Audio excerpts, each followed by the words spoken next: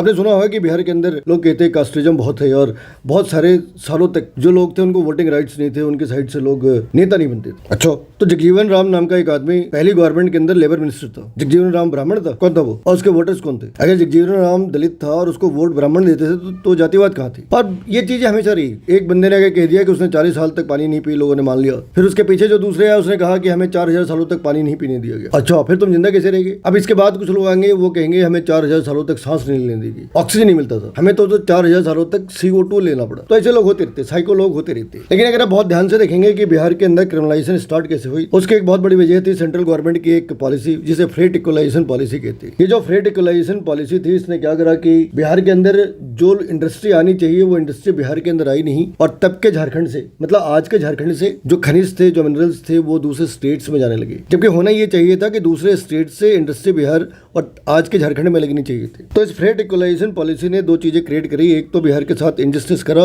और दूसरी उन्होंने दलाली सिस्टम स्टार्ट कर दी, और तीसरी वो सोशल नैरेशन जो हजारों सालों से चलती आ रही है कि बिहार के अंदर जातिवाद था। अगर जातिवाद था तो जगजीवन राम ब्राह्मण था, उसके वोटर कौन थे? और जगजीवन राम तो कैबिनेट मिनिस्टर था, 1970 में कांग्रेस का अध्यक्ष भी बनते हैं। तो ये कहानी को साइड कर, लेकिन एक्चुअली बिहार की हालत खराब होती है 1991 में। उसके पहले बिहार कोई बहुत बढ़िया था, ऐसा नहीं। अंडर गारमेंट की तरह इंदिरा गांधी ने मुख्यमंत्री बदले वहां पे, तो कोई भी ऐसा बंदा नहीं था, कोई भी ऐसा पॉलिटिशियन नहीं था जो प्राइम मिनिस्टर के अगेंस्ट खड़ा हो सके, उसकी बेकार की बातों को सुनने से मना कर सके। और बिहार को बर्बाद करने वाले जो 3 लोग हैं, भोला पासवान शास्त्री, कर्पूरी ठाकुर और लालू प्रसाद यादव, इनमें से ब्राह्मण कौन है पता नहीं। हाँ, एक ब्राह्मण भी है, जगन्नाथ मिश्रा। तो इन 4 लोगों ने बिहार को बर्बाद करा। लेकिन बिहार की बर्बादी की मेन बात स्टार्ट होती है 1991 के इलेक्शन में।